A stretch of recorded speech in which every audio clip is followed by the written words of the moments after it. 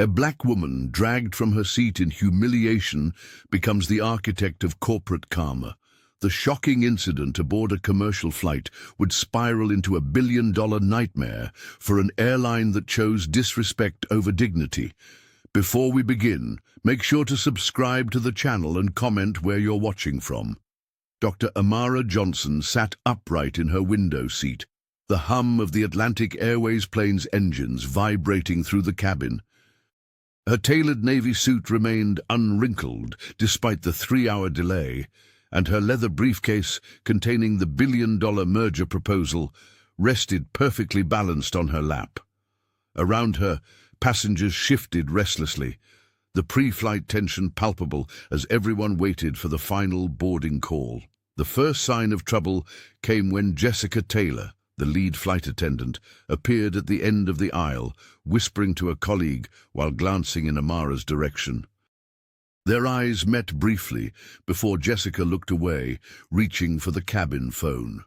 "Something's wrong," muttered the businessman beside Amara, his gaze following the flight attendant's movements. Amara simply straightened her spine and checked her boarding pass once more. First class, seat 3A, exactly where she sat. Minutes later, the cabin fell into an uneasy silence as 2 uniformed security guards made their way down the narrow aisle. Officer Michael Williams led the pair, his face a practiced mask of professional detachment. Behind him, passengers exchanged glances, suspicion and skepticism flashing across the cabin. "Ma'am," Williams said, stopping at her row, "there seems to be an issue with your ticket. We need you to come with us." Amara's dark eyes remained calm, unwavering. "There must be some mistake," she replied, her voice low and dignified. "My boarding pass is legitimate. I checked in hours ago." Jessica Taylor appeared behind the officers, her blonde hair pulled back in a tight bun. "I'm sorry, but there's definitely a problem with your reservation," she insisted, anxiety masking itself as authority. "You'll need to deplane immediately." The murmurs around them grew louder. A young woman across the aisle whispered, "Is this really happening?" "I'd like to speak with your supervisor," Amara stated firmly, maintaining her composure. "That can be arranged once you exit the aircraft," Williams responded, hand hovering near his radio.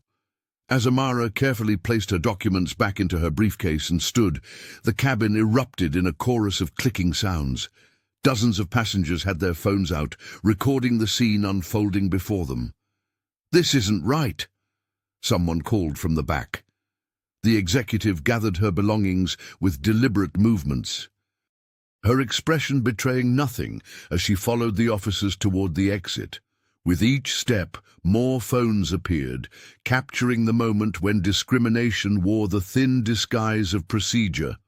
Not once did Amara's composure break, even as she felt the weight of every lens tracking her departure. What none of the recording passengers knew was exactly what rested in her briefcase and how it would soon change everything. Carl Anderson stood at the end of the jet bridge, clipboard in hand, his face a practiced mask of bureaucratic efficiency.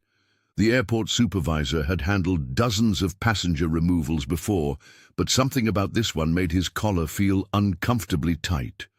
Perhaps it was the sea of glowing phone screens recording every moment, or the dignified silence of the woman approaching him.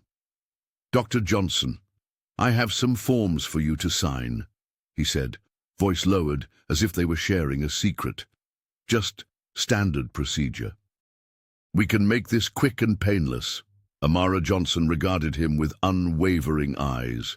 The executive's tailored suit remained impeccable despite the ordeal, not a wrinkle betraying the humiliation she'd just endured. "I'd like to read what I'm signing," she replied, her tone measured but firm. Carl glanced nervously at the growing crowd of onlookers. Several passengers from the flight had followed them into the terminal, phones still recording. Others had stopped to watch the unfolding drama. This was exactly what JFK didn't need, another viral incident damaging their reputation for smooth operations. "Of course," he said, forcing a smile. "It's just an acknowledgement that you've been removed from the flight due to a ticketing discrepancy. Nothing serious." Amara took the clipboard, reading each line carefully. The supervisor shifted his weight from one foot to another, eyes darting between her and the crowd. His primary concern wasn't whether a mistake had been made, but how quickly he could make this problem disappear. "There was no discrepancy with my ticket," Amara stated calmly, but she signed the document anyway. Her briefcase felt heavy against her palm. Inside lay the future of Atlantic Airways, a $1.2 billion merger proposal she'd spent months crafting. The document represented salvation for the struggling airline, a lifeline Robert Miller and his board desperately needed. As she handed back the clipboard, a plan crystallized in her mind. The very public humiliation she'd just experienced wouldn't be buried under paperwork and corporate apologies. Instead, it would become leverage, a powerful tool to force real change. "Is there anything else?" she asked the supervisor. Carl shook his head, relieved. "You're free to go, Dr. Johnson." "Customer service can help rebook your flight." Amara nodded, her expression revealing nothing of her intentions. "I won't need rebooking," she said. "I have a different meeting to attend now." She turned away, pulling out her smartphone to make a call. The public spectacle of her removal was only the beginning. Her response would be equally public and far more consequential for Atlantic Airways. As Amara walked through JFK's bustling terminal, her smartphone vibrated furiously against her hip. The device hadn't stopped buzzing since she'd left the plane. Glancing down, Dr. Amara Johnson saw hundreds of notifications flooding her screen. The footage of her removal had exploded across social media platforms. Within 45 minutes, 3 major news networks had picked up the story, and hashtags like "Justice for Amara" and "Atlantic Airways, shame" were trending nationwide. She maintained her composure, though her mind raced. The executive had expected some attention, but not this tsunami of public outrage. Travelers in the terminal were beginning to recognize her. Some offered sympathetic nods, while others whispered behind cupped hands. A young woman approached, wanting to express solidarity, but Amara politely thanked her and continued walking. There would be time for public statements later. Her destination lay ahead, a glass-walled conference room where Robert Miller and the Atlantic Airways board awaited her arrival. They had been scheduled to discuss the $1.2 billion merger proposal weeks ago, but today's meeting would follow a very different script. Through the transparent walls, she could see Miller pacing nervously, his normally confident demeanor replaced by visible anxiety. The CEO repeatedly checked his watch and whispered urgently to his colleagues. The other board members sat stiffly around the polished table, their faces masks of corporate concern. None of them had expected the day's events to unfold this way. As Amara approached the door, she took one deep breath, centering herself. The security incident wasn't just a personal humiliation. It represented everything wrong with the company culture she was about to confront. Her briefcase felt heavier now, weighted with both the merger documents and the moral authority she carried into this negotiation. She pushed open the door, and the effect was immediate. The hum of anxious conversation died instantly. Every head turned toward her, expressions ranging from embarrassment to calculation to genuine concern. Robert Miller froze mid-stride, his mouth slightly open as if caught between apology and defense. Amara walked deliberately to the head of the table, not her assigned seat, but the position of power in the room. No one challenged her. She placed her briefcase squarely on the polished surface and clicked open the latches with deliberate precision. The sound echoed in the silent room. Then she paused, letting the moment stretch uncomfortably.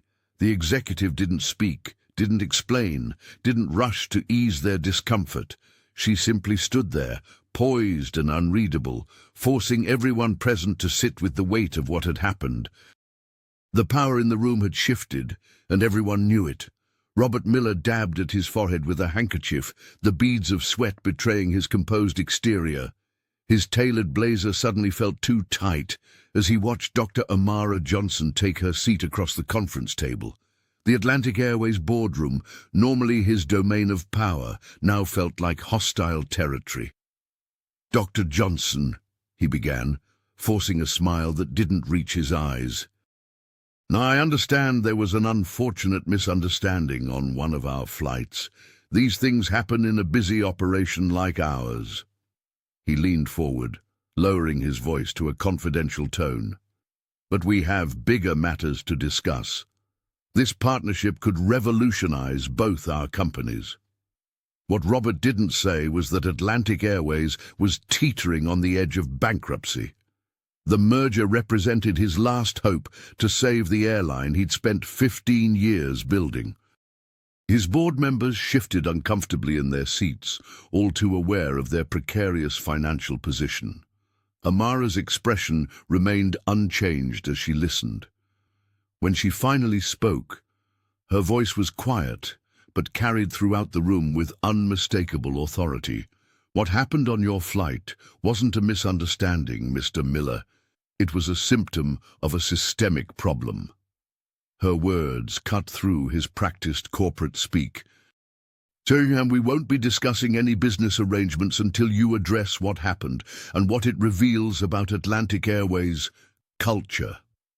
The CEO's face flushed as several board members exchanged nervous glances. The executive reached for his water glass, buying time to compose a response. Before he could speak, Amara opened her briefcase and removed a folder. With deliberate slowness, she slid it across the polished table surface. The soft scrape of paper against wood was the only sound in the room. Inside, you'll find witness statements from 12 passengers who recorded the incident. You'll also find data showing a pattern of similar complaints against your airline over the past 3 years. She tapped the folder with one perfectly manicured nail. "And you'll find my new conditions for the merger." Robert flipped open the folder, scanning the documents with growing alarm. The final pages outlined comprehensive diversity training programs, transparent reporting systems, and accountability measures, all with significant financial penalties for non-compliance. "These are non-negotiable," Amara stated, her calm demeanor a stark contrast to the tension filling the room. "The $1.2 billion deal proceeds only if Atlantic Airways commits to meaningful, measurable change." The CEO closed the folder, suddenly aware of the power shift occurring before his eyes. What had begun as Amara's public humiliation had transformed into his company's reckoning, and with bankruptcy looming, he had no choice but to listen. The boardroom erupted into chaos the moment Amara Johnson finished speaking. Faces around the polished mahogany table contorted with disbelief, as if she'd suggested Atlantic Airways give away free tickets for life. "This is nothing but a publicity stunt," huffed an older director with silver hair, his voice carrying above the others. "You're leveraging one isolated incident to hijack a billion-dollar merger."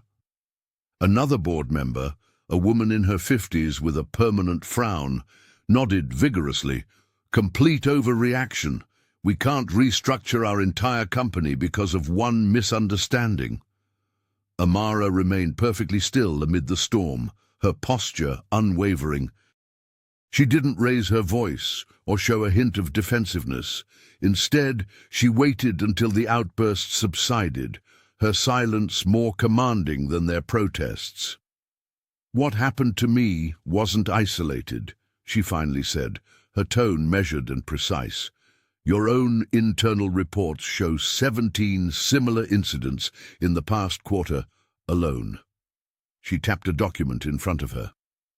"The merger will proceed on one condition. Atlantic Airways implements a transparent, enforceable anti-discrimination program with real teeth.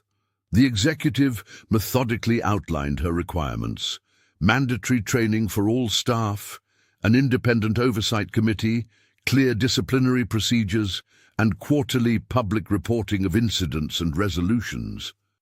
And if these benchmarks aren't met, she concluded, the partnership dissolves automatically, with penalty clauses that would make your shareholders very unhappy. Robert Miller loosened his collar. Feeling sweat trickle down his back. The CEO glanced at his phone under the table, watching Atlantic's stock price tumble in real time as the viral video continued spreading. News outlets were already requesting statements. Social media was ablaze with calls for boycotts. "This is extortion," whispered one director, but without conviction. Robert knew better. With bankruptcy looming and investors already nervous, Atlantic Airways couldn't weather this storm without Amara's deal.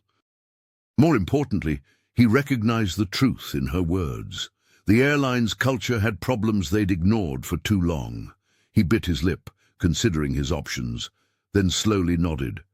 "We accept your terms, Dr. Johnson." The room fell silent. Several directors looked ready to object, but Robert silenced them with a sharp glance. "Draft the new agreement," he said, his voice strained but resolute. "We'll begin implementation immediately." Amara nodded once, her expression revealing nothing, though she had just orchestrated a corporate revolution from the seat where she'd been expected to simply sign papers and smile. The balance of power had shifted completely. What began as her public humiliation had transformed into a moment of reckoning for an entire corporation.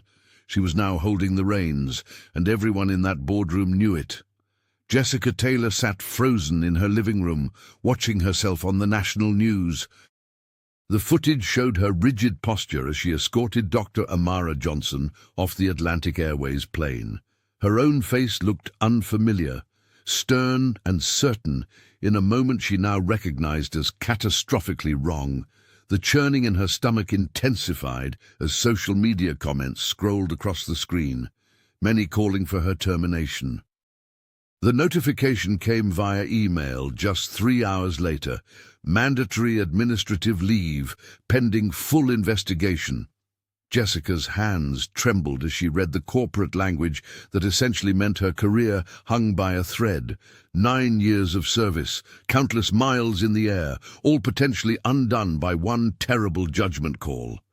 Her phone rang again, the 5th reporter of the day. Jessica let it go to voicemail, sinking deeper into her couch. What could she possibly say? The truth was uncomfortable. She had made assumptions about Amara based on appearance, despite the executive's composed demeanor and valid boarding pass. Now, shame and fear competed for dominance in her mind. Meanwhile, in Atlanta, Dr. Johnson wasted no time. The expansive conference room at Atlantic Airways headquarters buzzed with energy as she assembled a diverse task force of industry experts, human resources professionals, and customer experience specialists. Standing at the head of the table, Amara outlined her vision with characteristic precision. "This isn't about punishing individuals," she explained, her voice firm but measured. "This is about transforming systems that allow bias to flourish unchecked. Every employee, from baggage handlers to board members, will complete comprehensive training on recognizing and addressing discrimination." The proposal was comprehensive: interactive workshops, scenario-based learning, and regular assessments with clear accountability measures. Amara emphasized that customer-facing staff would receive additional specialized training given their role as the airline's front line. Not everyone received her message with enthusiasm. In the back of the room, several gray-haired managers exchanged glances, their arms crossed defensively. One whispered to another, just loud enough to be heard, 20 years in this business, and now we need lectures on how to do our jobs." Robert Miller noticed the resistance immediately. The CEO's eyes met Amara's across the room, a silent acknowledgement of the challenge ahead. Cultural change wouldn't come easily to an organization set in its ways. As the meeting concluded, Amara reviewed her notes, undeterred by the subtle pushback. The merger's future, and with it, Atlantic Airways' survival, now depended on genuine transformation, not just performative compliance. She knew that changing policies was simple compared to changing hearts and minds, but she was prepared for the long haul. Carl Anderson paced his office at JFK Airport, phone pressed to his ear as he tried to control the narrative. Jessica Taylor was following protocol. He insisted to the reporter on the line. This is being blown completely out of proportion. His eyes darted nervously to the television where footage of Dr. Amara Johnson being escorted off the plane played on repeat. The airport supervisor had spent the last 48 hours in damage control mode, desperate to shield both himself and Atlantic Airways from public scrutiny. What had started as a routine removal had morphed into a public relations nightmare that threatened the entire organization. Meanwhile, in Atlanta, Amara's phone chimed with an encrypted message. "Check your email. You should see this." The sender was anonymous. But the attachment was explosive. Internal memos, complaint records, and training documents spanning 5 years. The executive's eyes widened as she scrolled through page after page of evidence showing Atlantic Airways had documented numerous discrimination incidents involving passengers of color, yet implemented no meaningful changes. "They knew," she whispered to herself, anger rising beneath her composed exterior. "They've known for years." Within hours, Amara called an emergency meeting with Robert Miller and the board. The CEO's face drained of color as she displayed the leaked documents on the conference room's projection screen. "This changes everything," Amara stated firmly, standing at the head of the table. "Training alone isn't enough. I'm demanding comprehensive reform, measurable accountability metrics, quarterly third-party audits, and a digital reporting system accessible to both passengers and employees." "That's excessive," one board member protested. "You can't afford not to," Amara cut in. "These documents prove systematic negligence. Imagine how shareholders will react when these go public alongside that viral video." Robert tugged at his collar, sweat beading on his forehead. The company was already hemorrhaging value, and bankruptcy loomed closer each day. "What exactly are you proposing?" Amara laid out her vision with surgical precision. Each demand was backed by data, each solution targeted at specific failures documented in the leaked files. The board members exchanged uneasy glances, calculating their personal financial exposure if the merger collapsed. "This is extortion," muttered another director, but without conviction. "This is accountability," Amara corrected. "And your last chance to save this airline." After 3 hours of tense negotiation, the board capitulated. With their reputations and fortunes hanging in the balance, they had little choice but to approve Amara's comprehensive reform package, a decision that would reshape not just Atlantic Airways, but potentially the entire industry. 6 weeks after implementation, the new policies at Atlantic Airways appeared to be little more than corporate theater. The discrimination reports had decreased by a mere 11%, a statistical blip rather than meaningful progress. Throughout the Atlanta headquarters, whispers circulated about how to weather what many veteran managers called the Johnson storm. Behind closed doors, several regional directors deliberately slowed implementation of sensitivity training. Some even encouraged staff to file positive reports to skew the data. They believed if they could maintain this facade long enough, Dr. Amara Johnson would eventually lose interest, and the airline could return to business as usual. Amara, however, had anticipated this resistance. She called for an emergency meeting at the Atlantic Airways boardroom, but with a strategic twist. This time, she invited external auditors from a respected civil rights organization and 3 journalists from major publications. When Robert entered the conference room, his confident smile faltered at the sight of unfamiliar faces. The CEO tugged at his collar as Amara stood at the head of the table, tablet in hand, her expression unreadable. "Thank you all for coming," she began, her voice measured but firm. "I've invited independent observers today because transparency is non-negotiable in this process." The room fell silent as she projected a series of graphs onto the wall screen. The data was damning. Complaint resolution times remained virtually unchanged in 4 major hubs. Employee participation in voluntary training sessions hovered below 30%.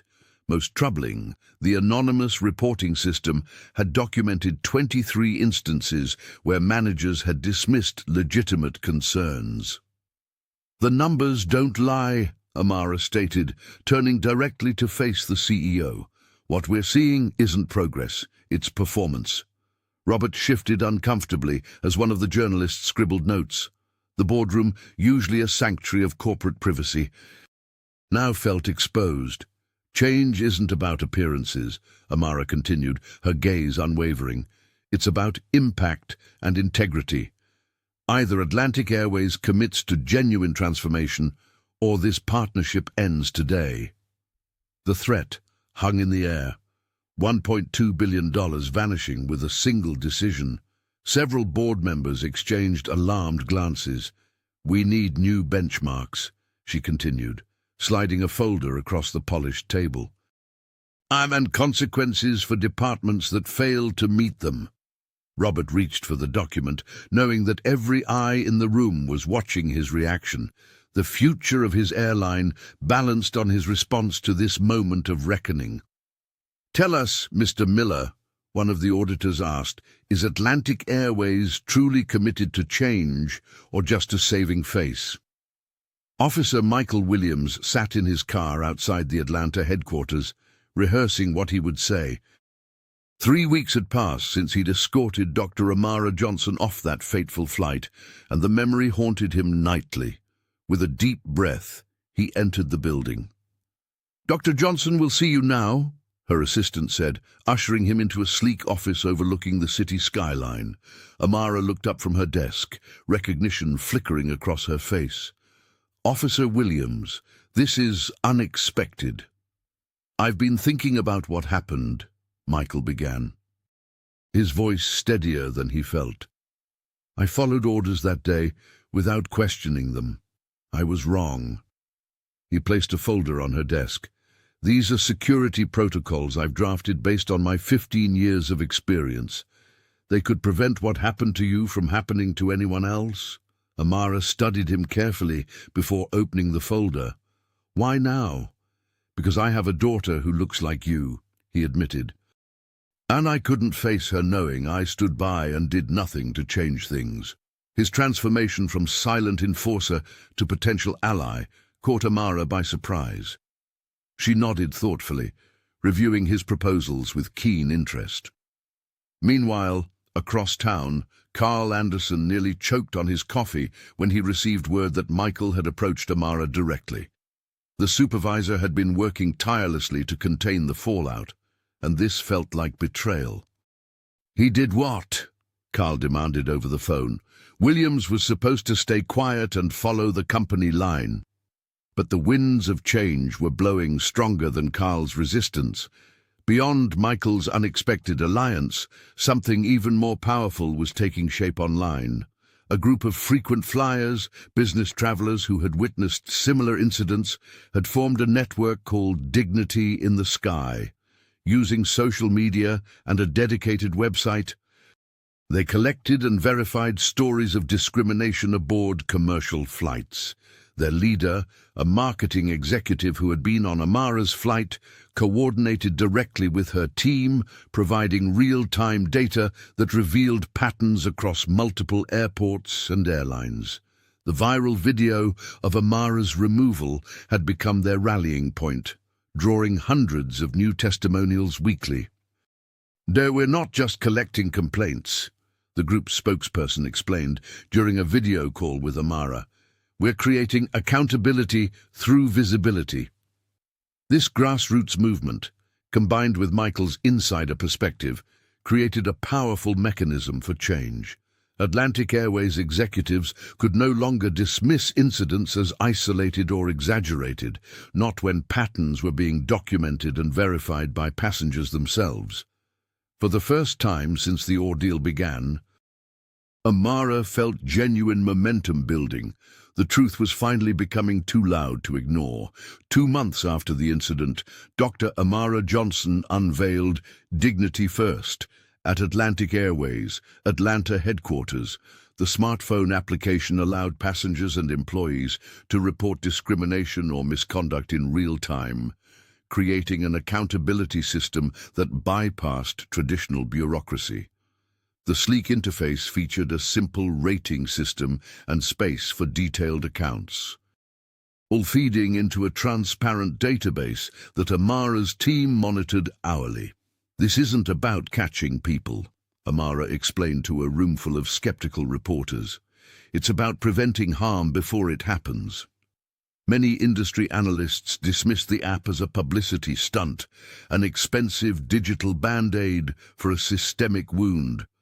Those doubts evaporated just 3 days after launch. A gate agent at JFK flagged concerning behavior through the app when a family was being questioned aggressively about their documentation despite having proper credentials. The alert triggered an immediate response from newly trained supervisors who de-escalated the situation before it could spiral into another viral nightmare. Robert Miller personally called Amara that evening, his voice carrying a mixture of relief and newfound respect. "You were right," the CEO admitted. "Prevention is worth 1,000 apologies." Meanwhile, Jessica Taylor watched these developments from her small apartment in Queens. The former flight attendant had become an unwilling celebrity, her face plastered across news segments as the embodiment of corporate bias. Hate mail filled her inbox, while former colleagues avoided her calls. Unemployed and increasingly isolated, Jessica made a decision that surprised even herself. She enrolled in an intensive diversity and sensitivity training program, not because Atlantic Airways required it, but because she needed to understand what had happened that day. "I keep replaying it," she confessed to her instructor after class. "I never saw myself as that person, but there I was, on camera, becoming exactly what I claimed not to be." Her journey from defensiveness to accountability became an unexpected subplot in the Atlantic Airways saga. Advocacy groups tracked her progress, journalists requested interviews, and even some of Amara's supporters began discussing the importance of redemption alongside justice. Carl Anderson, still clinging to his position at JFK, watched Jessica's transformation with unease. If she could admit her mistakes and grow, what did that mean for those who continued to resist change? As Dignity First's user base grew exponentially, Amara received an anonymous message through the app.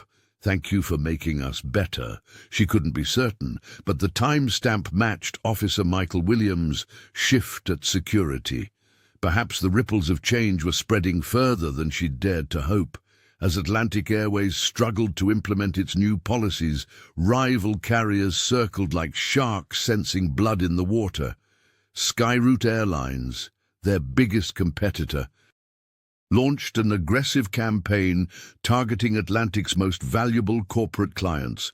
Their pitch was subtle but devastating. "Why risk your business with a company in turmoil?" Dr. Amara Johnson watched as rumors spread through industry channels. Anonymous sources questioned her true intentions, suggesting she had orchestrated the entire incident for personal gain. Some whispered she was planning to launch her own consulting firm specializing in corporate diversity, with Atlantic Airways as her first high-profile success story. "They're saying I plan to be dragged off that plane," Amara told Robert Miller during an emergency meeting at the Atlanta headquarters. as if anyone would choose public humiliation as a career strategy. The CEO looked exhausted, his normally pristine blazer showing wrinkles from the 18-hour days he'd been working. "Our top 3 corporate accounts are wavering. If they leave, others will follow." Amara considered their options, fingers tapping thoughtfully against the polished conference table. "Then we show them everything." Within 48 hours, she launched what she called Operation Glass House. The executive released detailed progress reports on Atlantic's transformation, not just the successes, but the failures and challenges too. She invited independent auditors from respected civil rights organizations to evaluate their programs without restrictions. Most boldly, she scheduled weekly live-stream Q&A sessions where anyone could ask questions about the reforms. "We have nothing to hide," she declared during the first session, fielding tough questions from journalists, passengers, and even skeptical employees. "This isn't about me or my career. It's about building an airline where dignity isn't a luxury amenity." Carl Anderson, initially one of her strongest critics, found himself impressed by her transparency strategy. She could have hidden behind corporate statements, he admitted to Officer Michael Williams as they watched one particularly grueling session. "Instead, she's taking every punch directly." The approach began shifting public perception. Business leaders who had initially distanced themselves from Atlantic Airways now publicly praised its courage. Civil rights activists who had organized boycotts instead became partners in the reform process. When Skyroute Airlines' CEO made a dismissive comment about PR stunts masquerading as progress, 3 major corporations responded by renewing their contracts with Atlantic Airways, citing Amara's authentic leadership as the deciding factor. "Transparency isn't just ethical," Amara told her team as positive coverage began to outweigh the negative. "It's also smart business." She smiled slightly, adding, "And much more effective than whatever I could have planned by getting myself dragged off a plane." The breakthrough that no one expected came from the Atlantic Airways Workers' Union. For weeks, they had resisted Amara Johnson's mandatory training initiatives, calling them corporate overreach and punishment for problems created by management. Union representatives had boycotted 3 planning sessions, leaving empty chairs as silent protest. But that changed when Derek, a baggage handler with 20 years at the company, filed a report through the new system after witnessing a supervisor's repeated mistreatment of immigrant employees. Within 48 hours, the situation was addressed, the supervisor reprimanded, and protocols adjusted. 2 similar cases followed, each resolved with unprecedented transparency. "I've been filing complaints for 7 years, Derek told the union leadership. "And this is the first time anyone actually listened." The union president, initially among the most vocal critics, publicly reversed course during a staff meeting. "We've seen the evidence," she announced to thunderous applause. "This isn't just corporate window dressing. The system works." By week's end, union representatives were volunteering to lead training sessions themselves, lending crucial credibility to Amara's reforms. Meanwhile, Robert Miller was discovering a more insidious form of resistance. During a routine review of implementation metrics, he noticed suspicious patterns. 3 regional hubs consistently reported technical difficulties. With the new reporting system, training attendance in these locations mysteriously dropped and employee engagement scores plummeted. The CEO ordered a discreet investigation, which revealed that several long-serving regional managers were actively sabotaging the initiatives. They deleted reports, scheduled mandatory training during impossible hours, and intimidated employees who embraced the changes. "They're protecting their fiefdoms," his assistant explained, sliding a folder across his desk. These managers have operated without oversight for years. Dr. Johnson's transparency threatens everything they've built. Robert faced a pivotal decision. These managers had powerful allies on the board, the same board members who had initially opposed Amara's conditions. Confronting them meant potentially undermining his own authority and position. Yet the evidence was undeniable. If these managers continued their sabotage, the entire transformation would collapse, along with the merger that would save Atlantic Airways from bankruptcy. That evening, Robert called an emergency meeting with the regional directors. "I know what's happening," he said, his voice steady despite his racing heart, "and it stops today."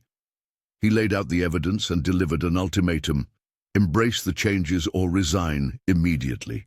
2 managers stormed out. The others, seeing the determination in his eyes, reluctantly agreed to comply. When Robert informed Amara of his actions, she offered a rare smile.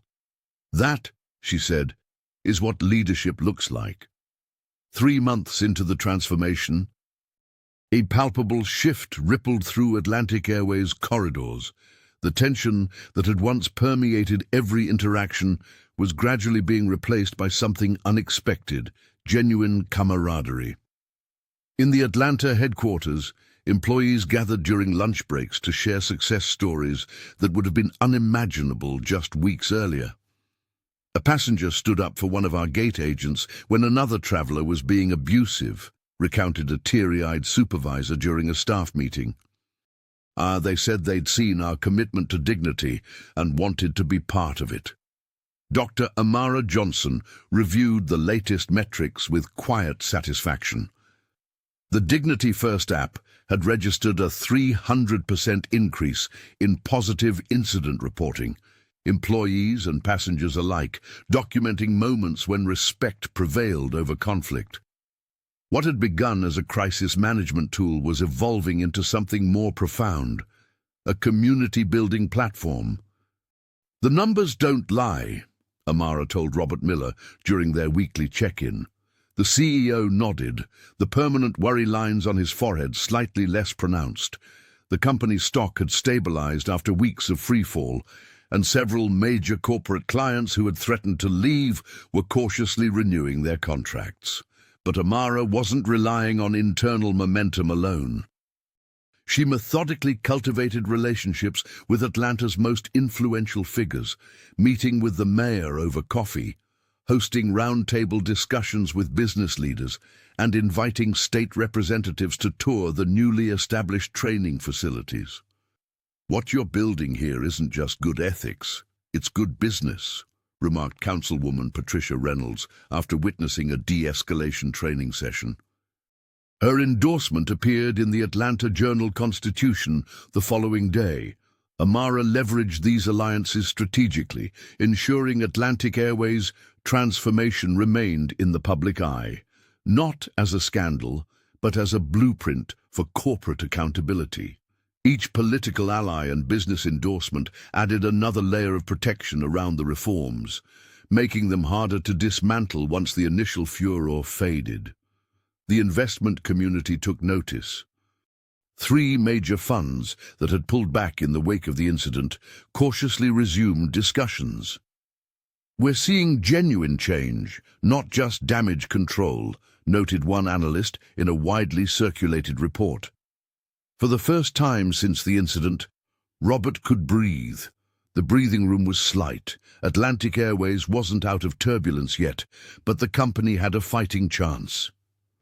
In her private moments, Amara allowed herself small celebrations.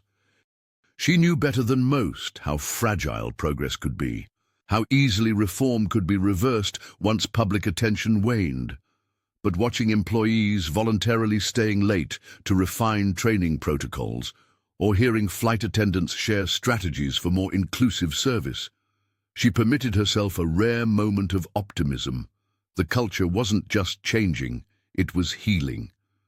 The audit results landed on Dr. Amara Johnson's desk like a thunderclap on what should have been a triumphant morning. 3 months of intensive reforms at Atlantic Airways had shown promising results, but the independent auditors had uncovered troubling pockets of resistance. At JFK, LaGuardia, and 3 smaller regional airports, staff were still following old protocols, some deliberately circumventing the new reporting systems. Amara closed the folder and gazed out her Atlanta office window. The city skyline reminded her how far they'd come and how easily progress could crumble. Her smartphone buzzed with a message from Robert Miller requesting an urgent meeting. "The numbers aren't good enough," she stated flatly as she entered the CEO's office an hour later. Robert looked haggard, his tie loosened and sleeves rolled up. "We've made substantial improvements," he countered, sliding a chart across his desk.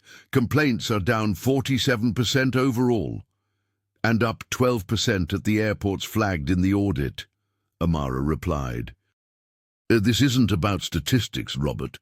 It's about whether your company can truly change." The executive ran his hand through his graying hair. "What are you suggesting? That we throw away months of work?" Amara stood perfectly still, her resolve hardening. "I'm at a crossroads. I can walk away from this merger and take my $1 billion elsewhere, or I can double down and demand real accountability." The room fell silent. Both knew what cancelling the deal would mean. Atlantic Airways would likely collapse within months, unable to service its mounting debt. "What would doubling down look like?" Robert finally asked. "Immediate removal of the regional managers who've been sabotaging our efforts, a complete overhaul of hiring practices at the problem locations, and I want dignity-first protocols written into your corporate charter, unchangeable without board approval." Robert's face flushed. "You're asking me to fire people who've been with this company for decades. I'm asking you to choose between protecting those who resist change and saving your airline," Amara replied, her voice calm but unyielding. Officer Michael Williams knocked and entered with updated security reports. Seeing the tension, he hesitated. "It's fine, Michael," Amara said. "Mr. Miller and I are just clarifying our priorities." After the security officer departed, Robert stood and walked to the window. "You know, when you were dragged off that plane, I thought we were facing a PR crisis. I never imagined we were facing an existential one." Amara gathered her documents. "That's the difference between us, Robert. I always understood exactly what was at stake." She moved toward the door. "You have 48 hours to implement these changes, or I'm cancelling the merger. No more empty promises." As she left, Robert knew she meant every word. Atlantic Airways would either evolve completely or it would not survive at all.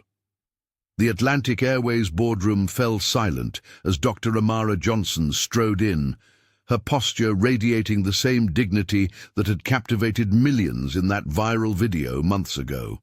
The executive placed her leather portfolio on the polished table, her gaze sweeping across the faces of board members who shifted uncomfortably in their seats.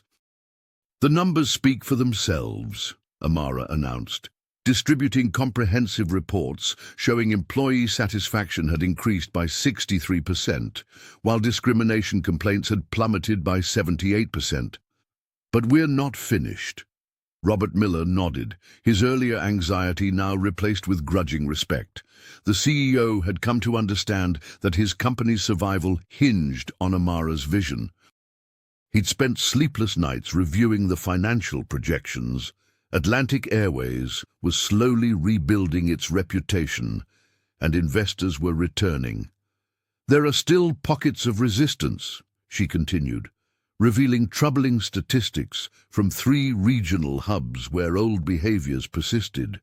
The culture isn't transforming evenly across the organization. One board member, a silver-haired man who'd been with the airline for 25 years, leaned forward. "You've already changed our training protocols, implemented your reporting app, and restructured our customer service department. What more could you possibly want?" Amara's response was measured but firm. "Veto power over executive hires and promotions for the next 18 months. Her words landed like stones in still water, sending ripples of shock around the table. "Absolutely not," another director protested. "And that's corporate overreach." The room erupted in objections until Robert raised his hand for silence. He studied Amara's unwavering expression, recognizing the same determination that had first confronted him after she'd been humiliated on his aircraft. "She's right," he said quietly, stunning the room. "We keep promoting the same types of leaders and expecting different results. Dr. Johnson isn't just saving our company, she's building something better." The board members exchanged glances, their resistance palpable yet weakening. They'd witnessed the public relations disaster transform into a redemption story that business schools were already studying. Atlantic Airways stock had stabilized, and competitors were scrambling to implement similar reforms. "All in favor?" Robert asked, raising his own hand first. One by one, hands reluctantly rose until a majority was reached. Amara nodded, neither smiling nor gloating.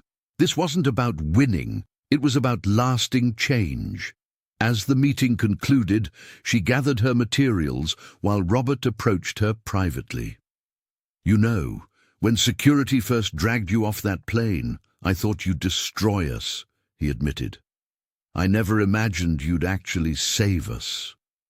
Amara met his gaze directly. "The work isn't done yet," she replied. "But for the first time, I believe it might actually last." The ripple effects of Atlantic Airways' transformation began spreading through the industry like wildfire. Within weeks, 3 competing airlines had approached Dr. Amara Johnson, requesting permission to implement versions of Dignity First in their own operations. By the end of the quarter, the app had been licensed to 14 companies across the United States, from hospitality chains to retail giants. "We never intended to create an industry standard," Amara told Business Weekly, deflecting praise during a video interview from her Atlanta office. "The credit belongs to our employees who embraced change and the passengers who bravely shared their experiences." Her humility proved disarming. Even Senator James Harrison, who had initially dismissed the incident as corporate theater, now cited Atlantic Airways as a model during congressional hearings on transportation regulations. What Dr. Johnson accomplished wasn't just good PR, it's a blueprint for accountability, the senator acknowledged during a C-SPAN broadcast that quickly went viral. The transformation extended beyond American borders. International carriers from Europe and Asia sent representatives to Atlanta headquarters to study the reformed protocols. Robert Miller, once resistant to Amara's demands, now stood proudly alongside her during these visits, explaining how the changes had strengthened the company's culture and bottom line. "Our stock price has increased 23% since implementing these reforms," the CEO told shareholders, pointing to charts showing dramatic improvements in customer satisfaction and employee retention. Media coverage shifted dramatically. The same news outlets that had once feasted on the scandal now produced glowing features about Atlantic Airways' redemption story. The New York Times published a front-page profile of Amara titled "The Executive Who Turned Humiliation into Revolution," while television networks competed for exclusive interviews. Through it all, Amara maintained her focus on collective achievement. During a primetime interview, she redirected attention to Officer Michael Williams and his security team, who had developed new de-escalation protocols now being adopted by airport authorities nationwide. "True change happens when people at every level commit to doing better," she explained, her poised demeanor unchanged from that day on the airplane. "I was just one person who refused to accept the status quo." What impressed observers most was how Amara consistently shared credit with Jessica Taylor, the flight attendant whose actions had sparked the controversy.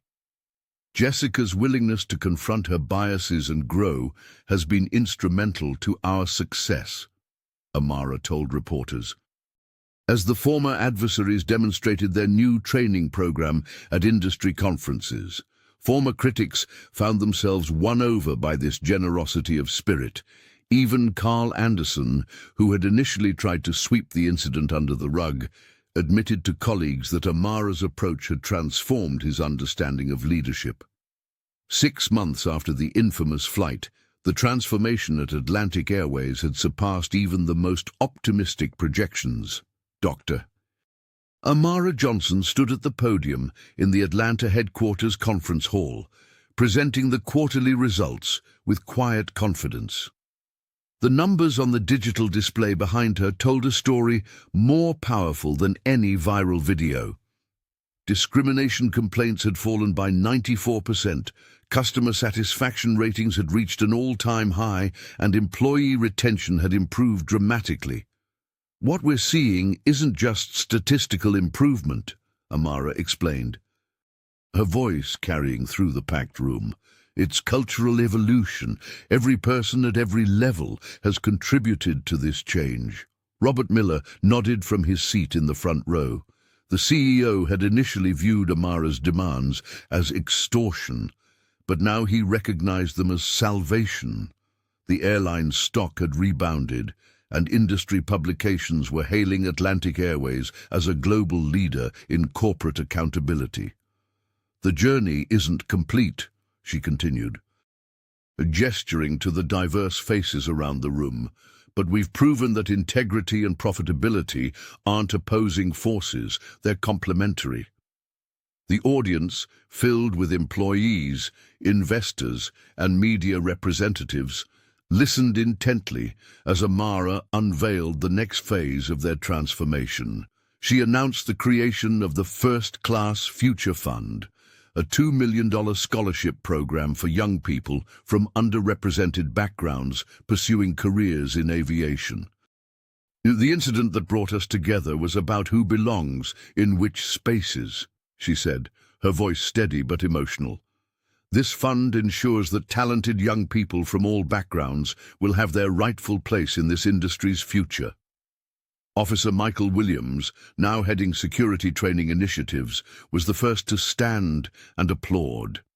The gesture wasn't lost on those who remembered his role 6 months earlier. One by one, others rose: flight attendants, ground crew, executives, and board members who had initially resisted the changes. Carl Anderson, who had tried to sweep the incident under the rug, now led the diversity committee at JFK Airport. He approached the microphone during the Q&A session. "What surprised you most about this process?" he asked Amara. She considered the question carefully. "How quickly authentic change can happen when accountability meets opportunity," she replied. "And how many people were waiting for permission to do better?" As the event concluded, several former skeptics approached Amara to express their support. The executive, who had once been humiliatingly removed from a plane, had transformed not just a company, but an industry's understanding of leadership. Outside the conference hall, a group of young aviation students waited to meet her. Amara spent an hour with them, listening to their dreams and challenges, knowing that their success would be the true measure of her work. Jessica Taylor stood at the entrance of the Atlanta headquarters training room, her newly printed ID badge displaying Diversity and Inclusion Facilitator, where flight attendant had once been. 6 months ago, she would never have imagined returning to Atlantic Airways after the incident that changed everything. The journey from being placed on mandatory leave to becoming certified in diversity training had been humbling and transformative. "Welcome to day one," she began, addressing 20 employees who eyed her with curiosity. "Some of you might recognize me from a viral video. Yes, I'm the flight attendant who escorted Dr. Johnson off that plane." The room fell silent. Jessica didn't hide behind corporate language or deflect responsibility. Instead, she shared her story openly, the assumptions she'd made that day, her defensive reactions afterward, and the painful process of confronting her own biases. "I could have lost everything," she explained, but instead I gained perspective. Her personal testimony resonated with staff in ways that theoretical training never could. When employees shared their own uncertainties about navigating difficult situations, Jessica's vulnerability created space for honest dialogue rather than defensive posturing. Across the terminal, Officer Michael Williams was conducting his own transformation of Atlantic's security protocols. The former security officer, who had once followed orders without question, now led a department reimagining what passenger safety truly meant. Security isn't just about following procedures, Michael told his team during a morning briefing. It's about protecting human dignity while ensuring safety. He had developed a comprehensive training program that incorporated real-world scenarios, emphasizing de-escalation techniques and cultural awareness. His team practiced handling situations without immediately resorting to authority or force, skills Michael wished he'd possessed months earlier. The two former adversaries of Amara Johnson occasionally crossed paths in the hallways of Atlantic's headquarters. Their shared experience had forged an unexpected bond. Both had been instruments in a system they hadn't questioned, and both were now dedicated to dismantling harmful practices from within. Robert Miller, observing their progress during quarterly reviews, noted that employee retention had improved significantly under their leadership. What had begun as mandatory compliance was evolving into genuine cultural change.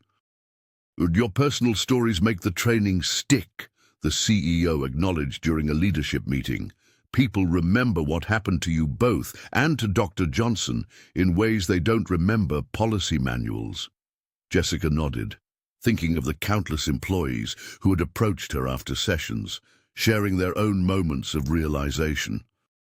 What had started as her greatest professional shame had become her most meaningful contribution, helping others see their blind spots before those blind spots caused harm. The soft glow of the desk lamp cast long shadows across the Atlanta headquarters as Dr. Amara Johnson stared out at the city lights below. It was well past 9, and the office had emptied hours ago. She rubbed her temples, the weight of the past 6 months settling on her shoulders despite their remarkable success. Her assistant, Maya, knocked gently before entering with 2 cups of tea. "I thought you might need this," she said, placing one steaming cup on the desk. Amara smiled gratefully. "Sometimes I wonder if we've really changed anything permanent," she confessed, her voice quieter than usual. "The numbers look good. The press is positive. But what happens when the spotlight moves on? When Atlantic Airways isn't making headlines anymore?" She picked up her smartphone. Scrolling through the latest Dignity First reports. Corporate memory can be so short. Robert's on board now. But what about when profits dip? Will the board still prioritize these initiatives when shareholders get nervous? Maya settled into the chair across from her boss.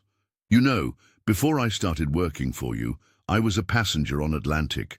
I experienced the same dismissive treatment, not as dramatic as yours, but enough to make me feel invisible." Amara looked up. Surprised, Maya had never shared this before.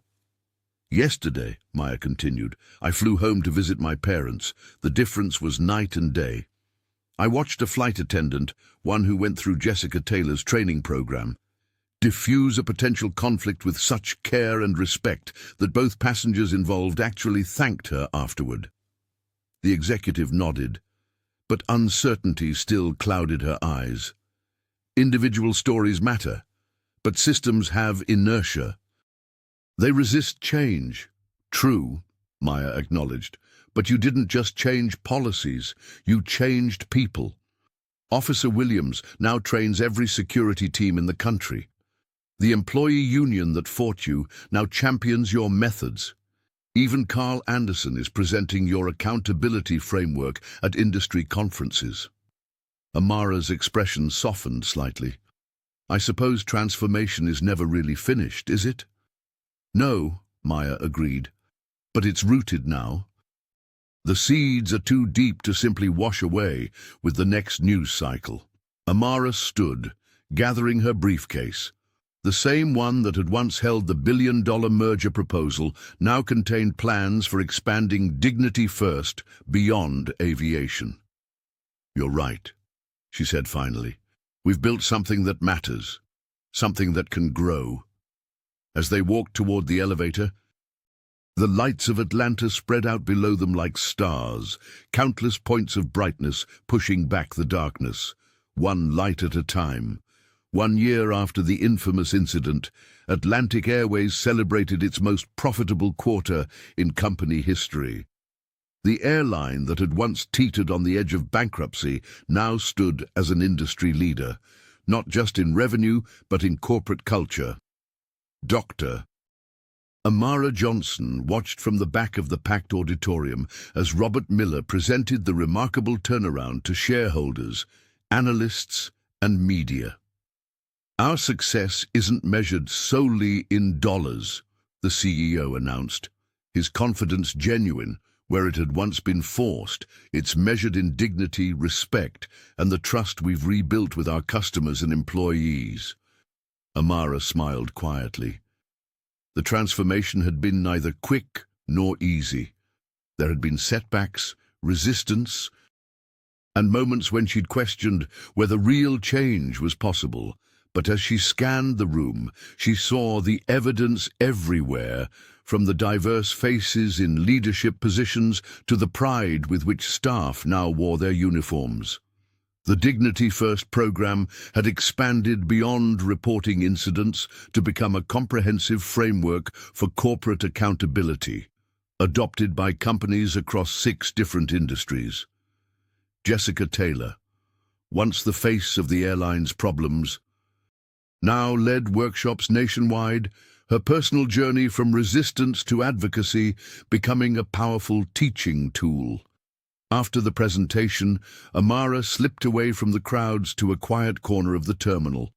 Through the massive windows, she watched planes taking off and landing, each carrying hundreds of passengers who would never know how close this airline had come to collapse. Officer Michael Williams found her there, now wearing the insignia of his new position as head of security training. "Still hard to believe sometimes," he said, joining her at the window, "that it all started with that one flight." Amara nodded. "One moment of injustice captured on video. And one woman who refused to let it slide," Michael added respectfully. Later that evening, in her office overlooking the Atlanta skyline, Amara reviewed applications for the second round of aviation scholarships her program had established. Each folder represented a young person who might never face the discrimination she had encountered. The merger that had brought her onto that fateful flight had long since been completed. The $1 billion invested not just in fleet expansion, but in creating an airline where every passenger truly received first-class treatment, regardless of their seat assignment. As she closed her briefcase and prepared to leave, Amara thought about the viral video that had captured her humiliation. What the cameras hadn't shown was her resolve, her strategy, her vision for something better. True change, she had learned, wasn't about public outrage or trending hashtags. It was about the quiet, persistent work that happened after the cameras stopped rolling.